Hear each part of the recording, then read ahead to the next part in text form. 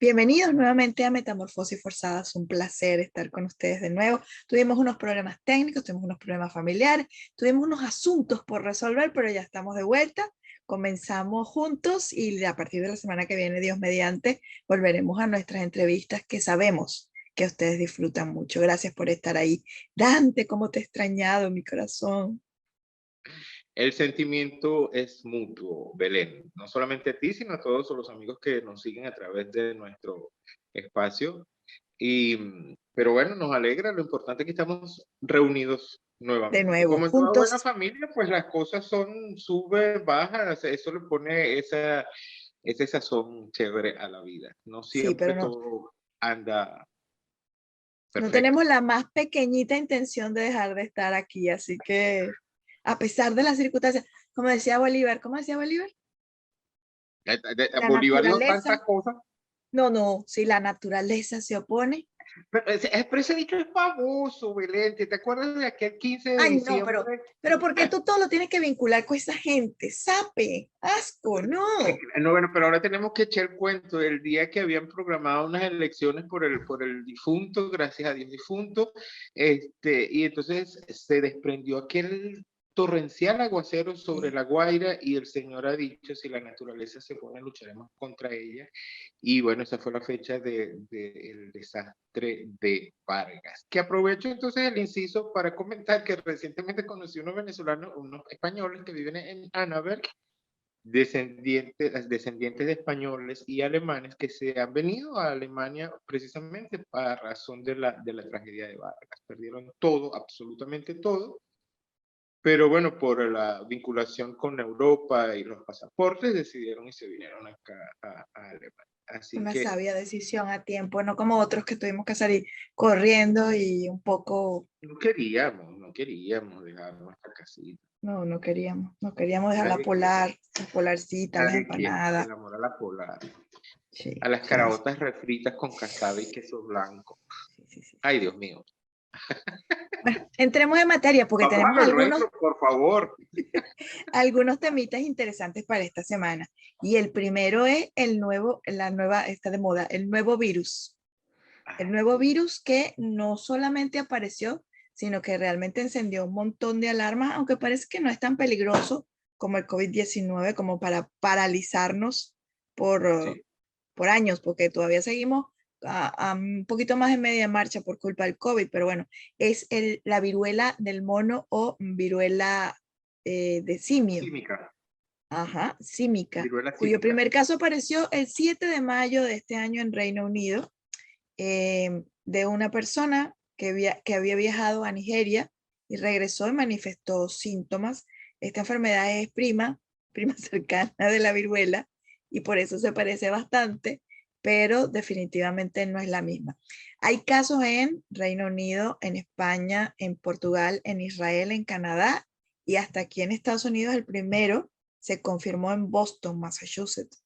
No sé si por allá en Alemania ya hay noticias del virus del mono.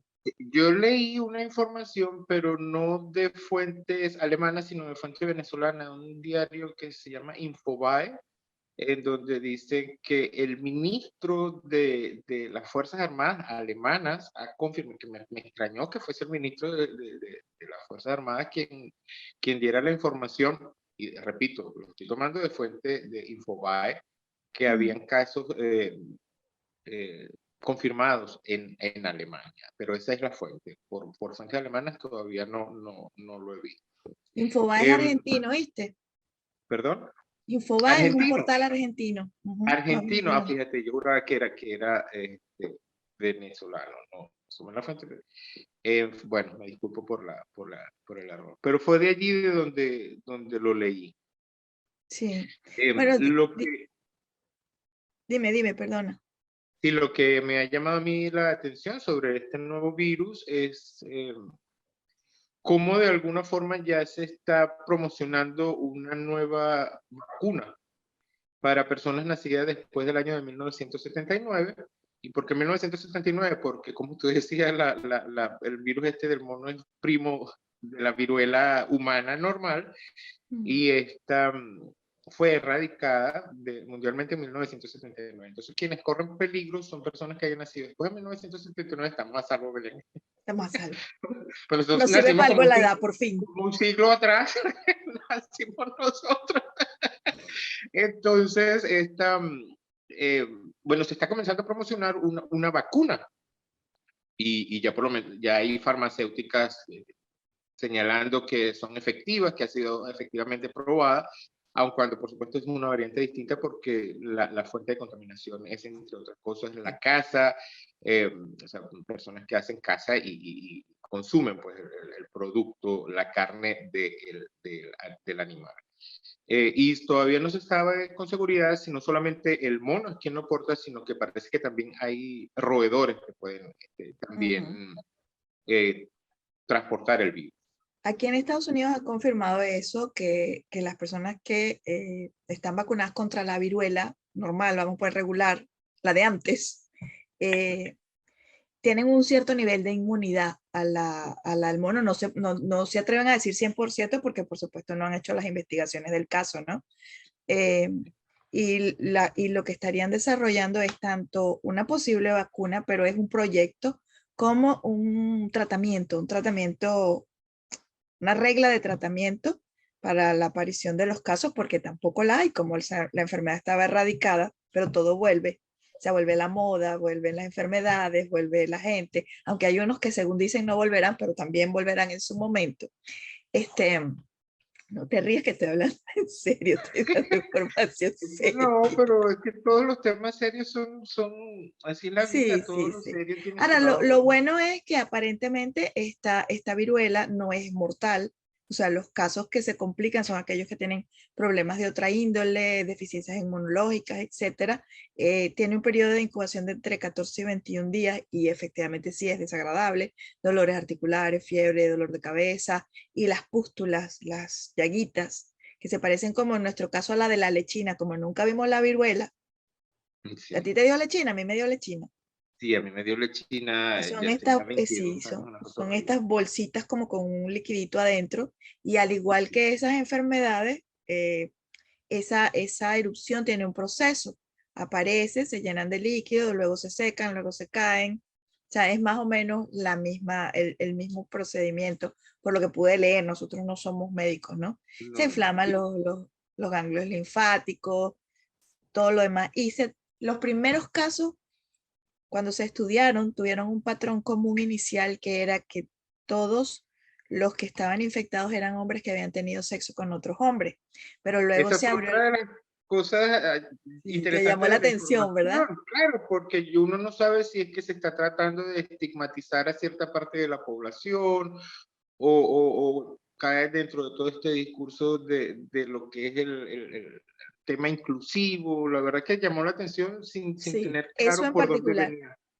Pero inmediatamente abrieron el compás y dijeron que eso no podía ser, y ya confirmaron que, como todas esas enfermedades virales, o como la mayoría de hecho, de ellas, mejor dicho, se transmite por fluidos, el intercambio de Contacto fluidos. estrecho, tomar de un mismo Intercambio de fluidos. vaso, o que tengamos una conversación y de repente sencillamente porque sale disparada una Y minúscula entonces gota yo de sangre. tengo un conocido que me dijo ayer, debe ser que las fábricas de mascarillas ya han bajado los niveles de venta y necesitan un elemento adicional para volverlas a traer al mercado y volver a fomentar el uso de las mascarillas.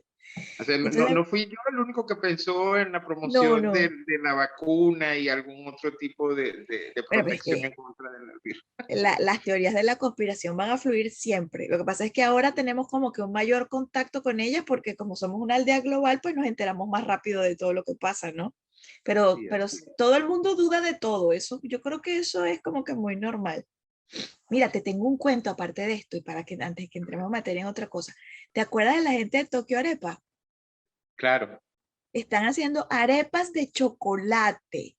Y parece no, que a las arepas de chocolate de Tokio Arepa les está yendo fantástico. maravilloso. Pero aquí hay una forma que yo lo he visto, hay venezolanos que están aquí en Alemania hace muchos años y ellos son aficionados a la Nutella.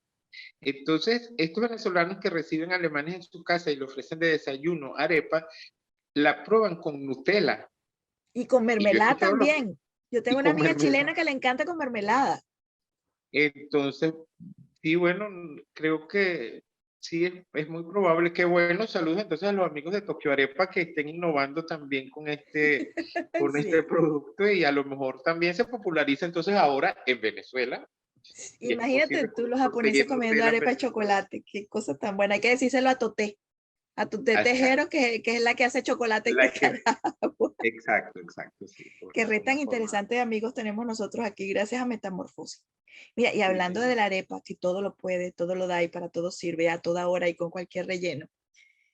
Hay otro tema que tenemos que hablar porque hay un informe del diario The Economist que realmente deprime un poco porque hace un análisis de cómo la situación de guerra, el descenso en la producción y en el comercio a partir de esa guerra, que afecta a todo el mundo, pero particularmente a ciertas zonas, en Europa particularmente, puede crecer el problema del hambre y convertirse en una hambruna global.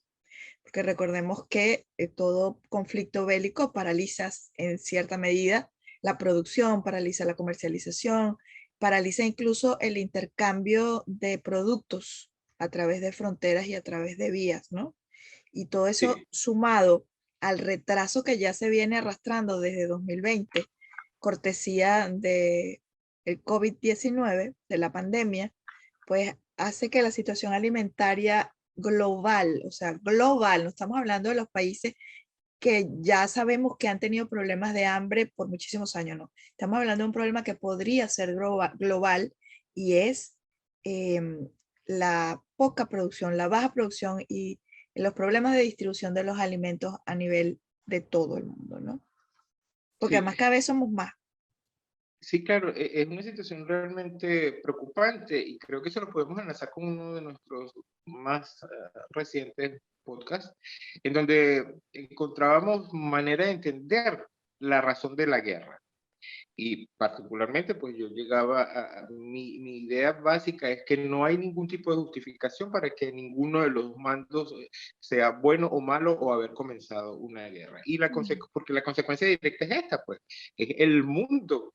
Somos todos quienes estamos a las puertas de una hambruna mundial, sobre todo por teniendo en cuenta ese informe, ¿no? Del diario El Economista, Economist, donde se señala que si dividimos el mundo en 5 partes, solamente una de esas quintas partes es la que produce la mayor cantidad de trigo para todo el mundo, entre ellos pues Rusia, China y la India.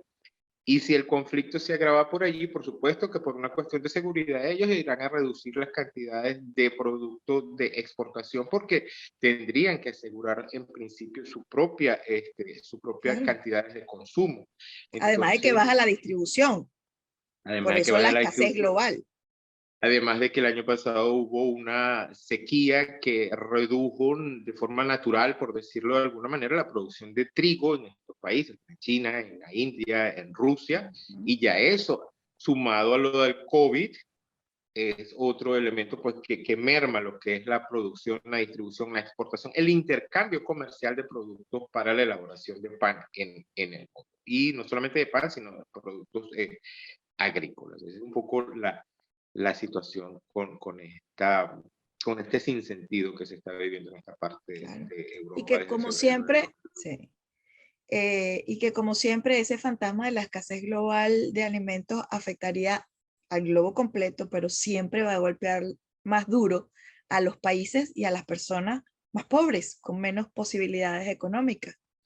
Entonces Y también ahí hay otro allí entra elemento, el tema venezolano, pues por sí, supuesto. Y no solamente el tema venezolano, todo el tema latinoamericano, suramericano, porque somos un poco productores, somos mayoritariamente importadores de productos. uh-huh, Y una de las cosas que me llamó la atención también al leer este informe es cómo se alerta la posibilidad de una hambruna en el mundo a consecuencia de esta guerra de febrero del 2022 y había pasado por debajo de la mesa desde hace más de 15, 20 años los niveles de desnutrición que existen en Venezuela. Por ejemplo, solamente el 9% de la población venezolana tiene de alguna manera asegurado una seguridad alimentaria. El 9% de la población venezolana. El restante 90% de la población está por debajo de los niveles mínimos de seguridad alimentaria. Sin hablar de los niveles de desnutrición infantil que desde el 2006 han aumentado de 10, que ya es una cifra alarmante, al 13% de desnutrición infantil, lo cual significa, por supuesto, disminución en las capacidades intelectuales, abandono escolar, y etcétera, etcétera, etcétera. Esta es una situación que se ha estado viviendo en Venezuela desde hace más de 15 años por la situación política que se vive en el país, pero sin embargo es una información que ha venido pasado por debajo de la mesa, bueno, porque hemos tenido guerras, pandemias, pero entonces ahora el mundo entero, no solamente Venezuela y Latinoamérica, están a la puerta de una hambruna y esto es terriblemente. Y algo sobre lo que debemos reflexionar, no para que a la gente le dé un ataque de salir a comprar comida y tener almacenada comida hasta el 2025, no, no se trata de eso. Se trata de que tenemos que tomar todos conciencia de un montón de cosas, mira, que van desde el cuidado de los recursos, la defensa de los recursos. ¿Te acuerdas de aquello de hay que sembrar el petróleo, que en Venezuela nunca lo sembraron? Jamás. O sea, a nosotros, yo pienso ahora que ya nosotros estamos en los 50. Yo recuerdo a ese señor, Reflexiva. no, yo recuerdo a ese señor que ya me parecía viejo cuando yo lo veía en televisión. Pero era adorable. Por supuesto, pero ya él, o sea, lo que me refiero es que él ya era un abuelo para mí en aquella época en que yo era chiquita y yo escuchamos tanto esa frase de hay que sembrar el petróleo, que creo que Amigos nos estaban invisibles. preparando. ¿Ah? Amigos invisibles comenzaba su Ajá, programa. Arturo Aular Pietri. Por cierto, para los que no lo recuerdan. Yo creo que nuestra generación escuchó tanto esa frase porque nos estaban preparando para que entendiéramos el recurso, lo apreciáramos y lo usáramos de la mejor manera para el futuro. Claro, él tampoco tenía una bola de cristal para saber cómo iba a terminar nuestro futuro y cómo nuestra generación iba a terminar diseminada por todos lados, ¿no? Con esa idea en la cabeza de que hay que sembrar el petróleo, cosa que no hicimos, lamentablemente, y entonces recuerdo como mi abuela decía que es que muchacho no coge consejo. Y los venezolanos no seguimos consejos y las consecuencias las iremos hablando poco a poco. Hablando de consecuencias, de cómo se portan los venezolanos, de la cumbre, Dante, háblame de la cumbre. La cumbre, sí, la cumbre de las Américas. Creo que te refieres a ello, por supuesto, que Por supuesto. comenzaría el próximo 6 de junio en la ciudad de California, Los Ángeles, en California.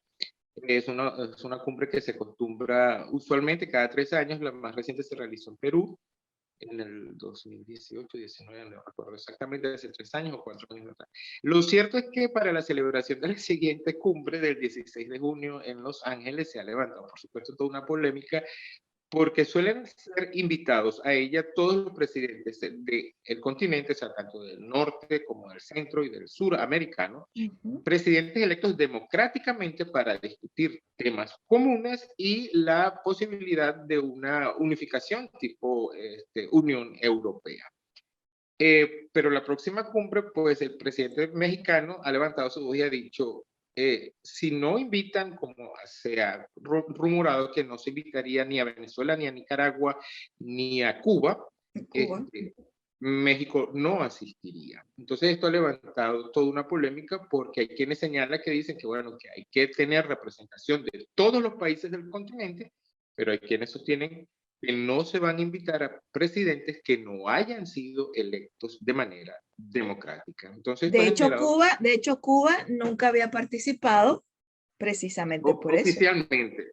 Oficialmente, por supuesto, pero siempre la razón había sido esa, porque el baremo son gobiernos democráticamente electos del continente. Entonces esto se ha convertido en una bolita de nieve que ha desviado otros temas, como de costumbre, porque por ahí salió Maduro diciendo que ellos iban a pedir la visa porque amaban la salsa y querían venir a un concierto de salsa aquí en Estados Unidos.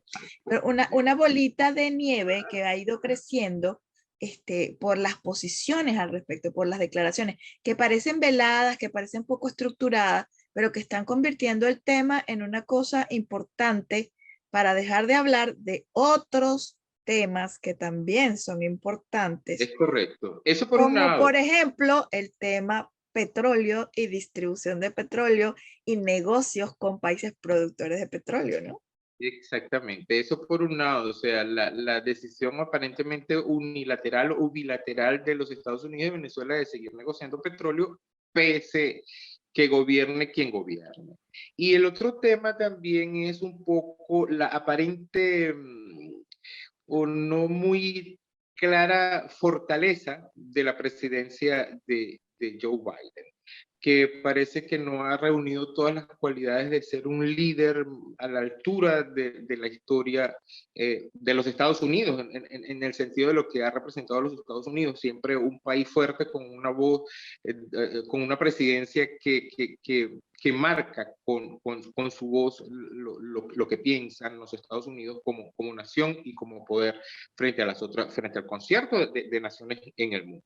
Entonces, esos dos temas. Una es desviar un poco la atención de los temas importantes y el otro es el papel que juega en este momento de la historia los Estados Unidos frente al reacomodo de los poderes, que es otro de los temas que hemos venido Yo también en tratando. esa segunda parte yo no estoy tan de acuerdo contigo, porque yo creo que eso es un discurso estructurado, el querer usar, por ejemplo, la edad del presidente Biden para disminuir sus capacidades estratégicas. Joe Biden no solamente tiene una carrera política de años, sino que además recordemos que fue vicepresidente y el conocimiento y el manejo de un gobierno, creo que fundamentado en su experiencia es muy importante. Creo más bien que es una persona de estas que habla poco y trabaja. No vamos a decir hace mucho, no evaluemos resultados. Digamos que eh, planifica la estrategia y trabaja en ella sin hacer alaraca. Claro, también venimos de un Estados Unidos acostumbrado a un presidente como Donald Trump, que decía todo. Es más, a veces decía más, creo yo, ¿no? Sí, pero en esa segunda parte, sin querer decir que es un buen gobierno, es un mal gobierno, porque además no nos corresponde a nosotros. Nosotros podemos Claro. evaluar el de nuestro país, no el de los países que nos han acogido. Pero sí te digo que a mí a veces ese discurso me incomoda porque veo que es algo que está preparado para tratar de minimizar una gestión, para tratar de minimizar a un grupo político, que en este caso serían los demócratas, y también para minimizar el poder global de Estados Unidos, que el poder de Estados Unidos no es la persona que está en la presidencia. Claro, Ojo, claro, eso es es que muy precisamente importante. mi enfoque no es hacia la personalidad de Joe Biden, sino al liderazgo que él representa en este momento en una situación de guerra, en Pero una aún situación así, de por eso te digo, post-pandemia. La figura, el liderazgo te lo da la autoridad y la autoridad está dada por el cargo que tiene, pero además de que tiene el cargo, tiene la experiencia. Te repito, yo no estoy evaluando si lo hace bien o lo hace mal. Lo que estoy diciendo es que hay tipos de líderes. Hay líderes como los indígenas, por ejemplo, que te sacaban el arma y gritaban, se gritaban unos a otros para ver quién era el más claro, fuerte. Y hay otro tipo de líder que simplemente se dedica a hacer lo que tiene que hacer y no por eso es menos líder. sí, no, Entonces, exactamente, le daría total, un voto de confianza. absolutamente de acuerdo, pero también hay que tener en cuenta que sí estamos en un momento distinto a la correlación de poderes en el mundo. Sí hay un interés evidente por desplazar el liderazgo de los Estados Unidos, eso es evidente, o sea, y hay que Siempre lo ha tener en habido. cuenta varias, claro, todas esas variables. Y hay liderazgos que han sido más fuertes, y no el de Donald Trump, porque el de Donald Trump, digamos, es un caso, la excepción que confirma las reglas, pero otra figura como que sé yo, por ejemplo, Bill Clinton o Ronald Reagan, fueron otro tipo de liderazgo, pero estaban también en otro momento histórico. El liderazgo de Estados Unidos es el liderazgo de Estados Unidos, no el liderazgo de la persona. Mira, pero más allá de la cumbre, nuestro país no deja de ser noticia. En Infobae, en el mundo, en todos los portales, en México, en Estados Unidos, me imagino que en Alemania, aunque está más lejos, No, en y Alemania no saldrá tanto. no, en Hanover no, pero a lo mejor en Berlín sí se Mm, habla de Venezuela. sí, Mira, claro, pero también no sé, realmente no interesa mucho el tema en el general tema, latinoamericano y muchísimo menos el caso venezolano. Aquí hay otros temas, la guerra y la guerra que la tienen el más cerca tema y energético, claro, el suministro, claro, el suministro de energía. arropan a temas como temas locales como latinoamericanos y específicamente Sí. venezolanos. Así de Mira, y te sencillo. tengo que preguntar, porque es que me pica la lengua por preguntarte, ¿qué te parece este asunto de que la oposición, el chavismo, o sea, que salieron Jorge Rodríguez y Gerardo Bley a confirmar que la oposición y el gobierno han decidido retomar el diálogo en México porque es muy importante? Nada más de verte la cara ya yo lo sé, pero tenía que Sí, a preguntar. mí es que me parece lastimoso seguir tratando temas trillados. Me parece que es caer en la trampa de hablar sobre el discurso que a ellos les interesa que conversemos. El discurso es: hay que acabar con la dictadura venezolana. Ese es un narcoestado que ha hecho mucho daño a un país que ha podido ser muy prominente, que ha podido tener otro papel en Latinoamérica y en la región, y ese yo creo que es el discurso. Otros discursos son maneras de desviar la atención sobre los temas importantes, como lo decíamos hace un momento. Sí, y además o sea, además da como sentimiento, porque la oposición debería ser más consciente de lo que representa, no solamente para los venezolanos en el país, sino para el exilio, porque a final de cuentas representan la esperanza de que podamos volver a retomar las riendas del país y volver a ser la nación democrática que éramos con nuestras virtudes y con nuestros defectos. Y claro, lo que Que pasa es que se yo creo que presten a este tipo de cosas que lo que hacen es alargar en el tiempo una enfermedad terminal, porque lo que tiene Venezuela es un cáncer horrible, que es el chavismo. sí, el asunto para Deprime, mí, o sea, es preocupa, que desalienta. definitivamente no hay un liderazgo, no, o sea, esto que nosotros llamamos oposición forma parte de eso que tú comentabas hace un rato, es como una especie de frase que nos habían querido sembrar: hay que sembrar el petróleo, valga la redundancia, y hablar de la oposición es como una frase hecha, porque realmente, bueno, yo he sentido, ese ha sido mi punto de vista, no solamente desde ahorita, sino hace muchísimos años, desde que entró Chávez y el chavismo a Venezuela, que no existe ninguna oposición, porque con esa oposición de alguna manera se arregló la llegada a un liderazgo emergente en contra de una democracia que se consideraba en aquel momento que estaba defectuosa, y después se arrepintieron de haberlo llevado al poder, pero siguieron haciendo negocios, y entonces no hay realmente una oposición. Yo siento que todavía la generación de relevo no ha llegado en Venezuela, no hay una generación que tenga conciencia de lo que realmente haya que hacer en Venezuela para erradicar todo lo que se ha sembrado malamente en estos últimos 20 años en Venezuela. Así que yo no Y creo que como, exista sí. realmente ninguna oposición en Venezuela.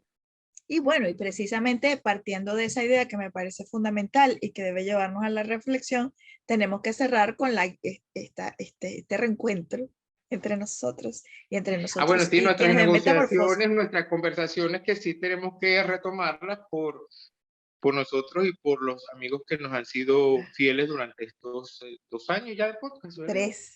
3 años, Dios mío, cómo Increíble, pasa el pero tiempo. cierto, 3 años. Y tú te ves igualita. Ay, gracias, mi amor, tan bello.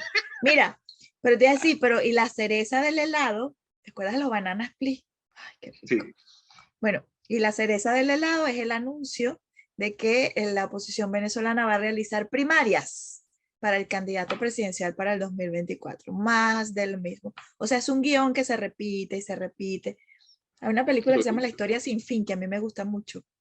O el cuento del gallo pelón. Exacto, pero en este caso aplica el título, creo que tu ejemplo más criollo y más exacto es el cuento del gallo pelón, que fue primero la gallina o el huevo. Y entonces uno suspira, hay suspiros, decían mi abuelita, hay suspiros de complacencia y de resignación. Lamentablemente cuando tú lees estas cosas y suspiras de resignación, porque ¿hasta cuándo? ¿Hasta cuándo van a seguir jugando con el corazón de la gente? Yo no sé. Griegos y troyanos, ojo. Yo no sé si sea resignación, pero yo creo que cuando nosotros continuamos haciendo esto, no estamos resignados a quedarnos callados ante lo que está No, sucediendo. no, nosotros no, pero la situación país y de los que se supone que son los líderes que ejercen y toman decisiones. Pero bueno, eso lo hablamos más adelante. ¿Sabes con quién deberíamos también hablar? Con Eduardo sobre el proyecto país, a ver qué ha pensado él en esta nueva realidad. ¿Y qué aceptación ha Tenemos que tenido? reconectarnos con Claro, nuestra gente. Sí, así es. señor. Así es. Bueno, cariño, ya ha llegado la hora de cerrar, pues para nosotros esas conversaciones se van como en 2 minutos, pero no, es bastante. Sí, es mucho más de lo que deberíamos en realidad. Deberíamos ser Pero, más, pero es bueno. Es bueno porque drenamos, conversamos con ustedes y ustedes llegan a sus propias conclusiones también. Así es, eso es lo importante. Eso es lo No importante. tratar de influir, pero sí el intercambio de ideas es fundamental porque hay espacio para todos y necesariamente todos compartimos un mismo espacio. O sea, esa es una realidad. Así es. Bueno, y con ese lindo mensaje nos despedimos. Los queremos muchísimo, los habíamos extrañado muchísimo, pero aquí estamos para seguir juntos, no sé, por 3, 4, 5, 6, todos los años que sea necesario. Siempre tendremos temas para conversar. Gracias, Dante. Así Gracias que por estar con nosotros en Metamorfosis. encantado.